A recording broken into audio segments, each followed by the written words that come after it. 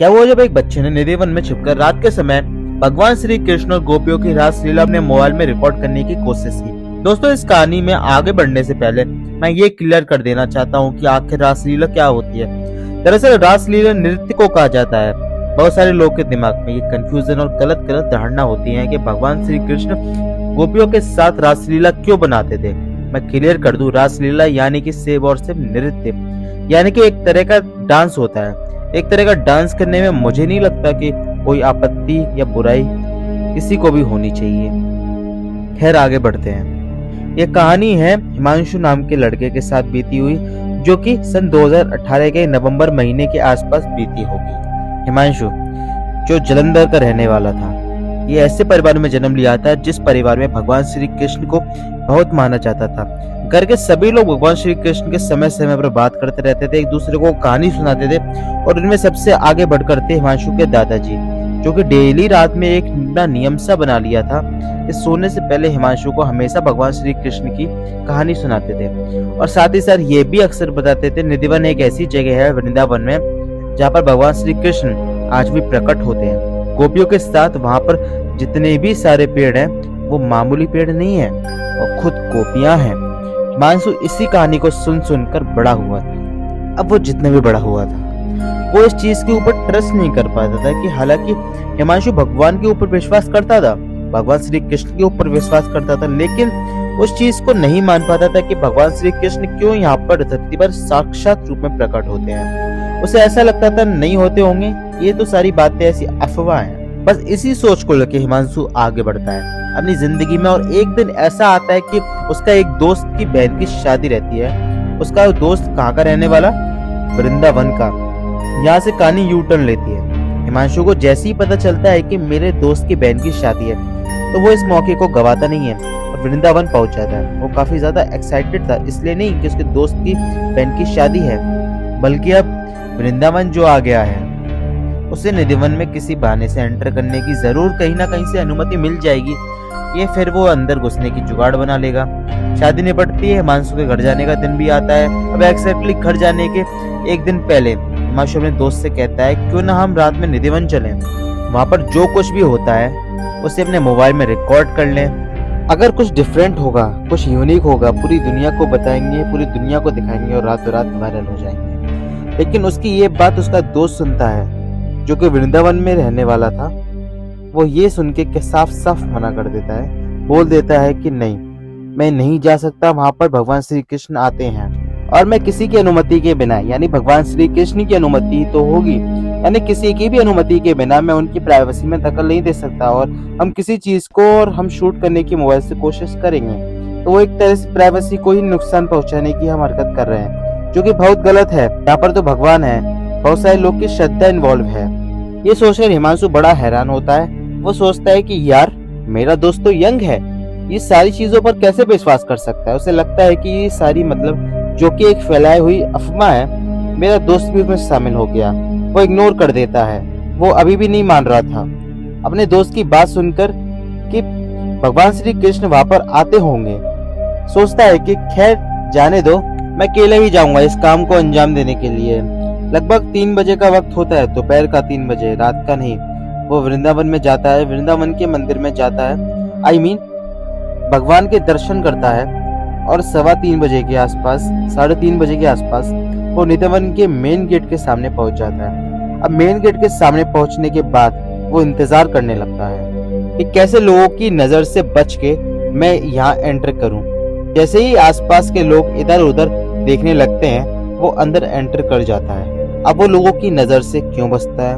क्योंकि हिमांशु को पता था कि मैं कुछ गलत करने जा रहा हूँ। लोगों की नजर से जैसे तैसे बच के हिमांशु निधिवन में एंटर कर जाता है। अब ढूंढता है कोई ऐसी जगह जहाँ पर वो अच्छे से छुप सके। सामने दिखाई देता है एक बहुत बड़ा पेड़, जो नॉर्मली पेड़ों से बहुत बड़ा था। ऐसा बहुत बड़ा पेड़ उस पेड़ के पीछे जाकर छुप जाता है। 5:30 होते हैं और लगभग 5:45 बजे के आसपास पंडित जी ढूंढने के लिए आते हैं कि अंदर कोई रह तो नहीं गया है, भाई अंदर कोई छिप तो नहीं गया है, क्योंकि अक्सर लोग यहाँ पर छुप जाया करते हैं जिनको भी मौका मिलता है। वो यहाँ पर आके रुक तो जाते हैं और ये सोचते हैं कि हम भगवान श्री कृष्ण को साक्षात देखेंगे, लेकिन वो लोग ये नहीं जानते हैं कि इसके कारण हम इतनी बड़ी प्रॉब्लम को अपने पास निमंत्रण दे रहे हैं। हिमांशु भी नहीं जानता था।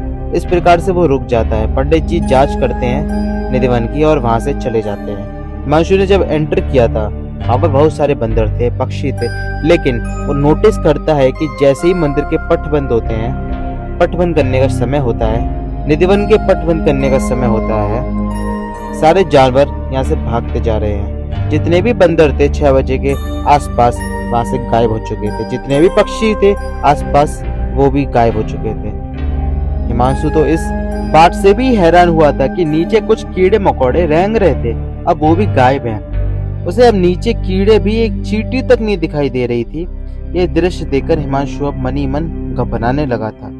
अब जैसे ही अंधेरा होता है, अचानक से जहाँ हिमांशु बैठा हुआ था एग्जैक्टली उसके सामने एक पेड़ था। वो पेड़ से एक बहुत तेज झटके से रोशनी निकलती है। अब वो झटके से रोशनी बंद भी हो जाती है। हिमांशु समझ नहीं पाता है कि ये रोशनी आखिर आई कहां से थी, ऐसे गायब कैसे हो गई।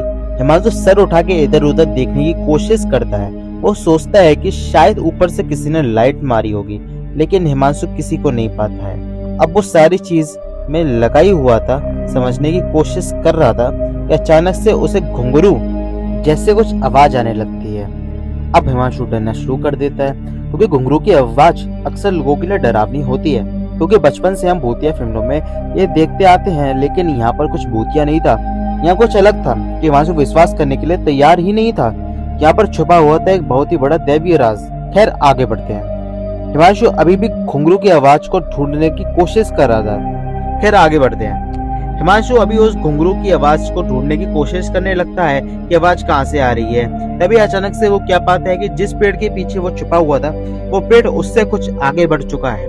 हिमांशु को अपनी आंख के ऊपर विश्वास नहीं हुआ। उसे लगा कि ये किसी तरह का इल्यूशन तो नहीं। वो दूसरे पेड़ों की तरफ देखता है तो क्या पाता है कि जो दूसरे पेड़ एक दूसरे से ज्यादा दूर थे, अब वो एक दूसरे से ज्यादा नजदीक आ चुके हैं। ये देखकर हिमांशु और ज्यादा घबरा जाता है। अब अचानक से वो ये पाता है कि जिस पेड़ के पास से रोशनी जोर से चमकी थी कुछ समय पहले, वो पेड़ अपने आकार को बदलता है। यानी हिमांशु को ऐसा लगता है कि जो उसकी डाल है, जो उसके पत्ते हैं, वो गायब होते जा रहे हैं और उसका ऐसा लग रहा है कि वो पल में अपना रूप बदलने वाला है। अब वे एक दूसरे के ज्यादा नजदीक आ चुके हैं। ये देखकर हिमांशु और ज्यादा घबरा जाता है। अब अचानक से वो ये पाता है कि जिस पेड़ के पास से रोशनी जोर से चमकी थी कुछ समय पहले, वो पेड़ अपने आकार को बदलता है। यानी हिमांशु को ऐसा लगा कि जो उसकी डाल है, जो उसके जो पत्ते हैं, वो गायब से होते जा रहे हैं और उसे ऐसा लग रहा था कि कुछ ही पल में वो पेड़ अपना रूप बदलने वाला है। हिमांशु को अपने आंखों पर विश्वास नहीं हो रहा था। वो बहुत ज्यादा घबरा गया था। इतना ज्यादा मन में घबराहट के साथ अचानक से उसे ऐसा लगता है कि मेरे सर में धक्का सा लगा। उस धक्के के कारण से वो जमीन पर गिर जाता है। थोड़ा सा विजन ब्लर हो जाता है और हिमांशु वहीं पर बेहोश होने वाला ही होता है। हिमांशु अपने मोबाइल का रिकॉर्डिंग बटन को ऑन कर देता है। वो सोचता है कि जो कुछ भी होगा यहाँ पर रिकॉर्ड हो जाएगा। मैं तो नहीं देख पाऊंगा, लेकिन मेरा मोबाइल सब कुछ देख लेगा। हिमांशु की आंखें बंद हो जाती, मोबाइल में सब कुछ रिकॉर्ड भी होने लगता है। अब वापस से हिमांशु की आंखें खुलती हैं तो ये वो दिन नहीं होता कि 10 दिन बीत चुके थे और हिमांशु वृंदावन के निधिवन की जमीन में नहीं पड़ा था। हिमांशु वहाँ जालंधर में अपने घर पर था। वो बहुत ज्यादा हैरान हो चुका था कि ये सब कुछ क्या हुआ। लोग तो मुझे डांटेंगे, गारंटी है। और सचमुच उससे बहुत ज्यादा डांट पड़ी थी। इतनी डांट उसे अपनी जिंदगी में नहीं पड़ी होगी। अब हिमांशु बताने की कोशिश कर रहा था अपने घर वालों को कि ये सारी चीजें जो वहां पर उसने एक्सपीरियंस की, लेकिन जब भी वो उस चीज को बताने की कोशिश करता उसके मन से वो बात ही नहीं निकल पाती। मतलब ऐसा लगता था कि मैं बहुत रो दूं या बहुत ज्यादा डर रहा हूँ, मैं बोल नहीं पा रहा हूँ। मतलब वो बोल ही नहीं पा रहा था इस बात को। बाकी वो नॉर्मली बात तो कर पा रहा था, लेकिन जब भी वो ये बताने की कोशिश करता तो वो घबरा जाता था, बहुत ज्यादा घबरा जाता था, इतना कि वो कुछ बोल ही नहीं पाता था। उसने सोचा कि ऐसे तरह तो सच्चाई लोगों के सामने आ नहीं पाएगी। रिकॉर्डिंग तो हुई थी, मैंने रिकॉर्डिंग का बटन ऑन किया था, मैंने क्लियर देखा था कि रिकॉर्डिंग स्टार्ट हो रही है। उसके बाद मैं बेहोश हुआ था, शायद मुझे इतना याद है। तो मोबाइल में रिकॉर्ड तो हुआ होगा। अपने मोबाइल उठाता है हड़बड़ी में और अपने दादाजी को दिखाने की कोशिश करता है, लेकिन मोबाइल में कुछ भी रिकॉर्ड नहीं हुआ था। उस दिन कुछ भी रिकॉर्ड नहीं हुआ था। आखिर ये कैसे पॉसिबल हुआ, हिमांशु को क्लियर नहीं था। लेकिन उस दिन के बाद से हिमांशु को ये चीज क्लियर हो गई कि भगवान श्री कृष्ण निधि वन में जरूर आते हैं, और उसने अपनी जिंदगी के सबसे बड़ी गलती की थी इस तरह से छिपकर भगवान श्री कृष्ण को देखने की, क्योंकि वहां पर भगवान श्री कृष्ण की इच्छा नहीं थी। अगर भगवान श्री कृष्ण को वो बाई चांस देख भी लेता तो शायद जिंदा नहीं बच पाता, क्योंकि भगवान श्री कृष्ण के अंदर इतना तेज है जिस तेज को हम लोग बर्दाश्त ही नहीं कर सकते। बहुत सारे लोग बोलते हैं कि भगवान श्री कृष्ण कभी किसी के साथ ऐसा नहीं करेंगे, उनको देख के कोई मर नहीं सकता। गारंटी मर सकता है कि उनका रूप ऐसा होता है, कि उनका तेज ऐसा होता है कि जिसे हम लोग सहन नहीं कर पाएंगे। इस वजह से हार्ट अटैक के कारण बहुत सारे लोगों की मृत्यु हो जाती है, और हो भी जाएगी। समझे आप लोग क्यों डेथ हो जाती है बहुत सारे लोगों की? भगवान श्री कृष्ण को साक्षात देख के, क्यों उन्हें आज तक कोई देख नहीं पाया है। और आप लोग जो बोलते हैं कैमरा लगा के रिकॉर्ड करो, सीसीटीवी लगा दो, बेहूदी सी बातें हैं। चलिए, उम्मीद करता हूँ मेरा आज के वीडियो से बहुत सारी चीजें क्लियर हुई होंगी। आज की कहानी अच्छी लगी होगी तो हमें लाइक करें और कमेंट जरूर करें। अगर मुझे पहली बार देख रहे हैं तो चैनल को सब्सक्राइब करिए। चलिए, कल मिलते हैं अद्भुत प्रहलाद के अद्भुत से वीडियो में। तब तक के लिए इजाजत दीजिए। राधे राधे।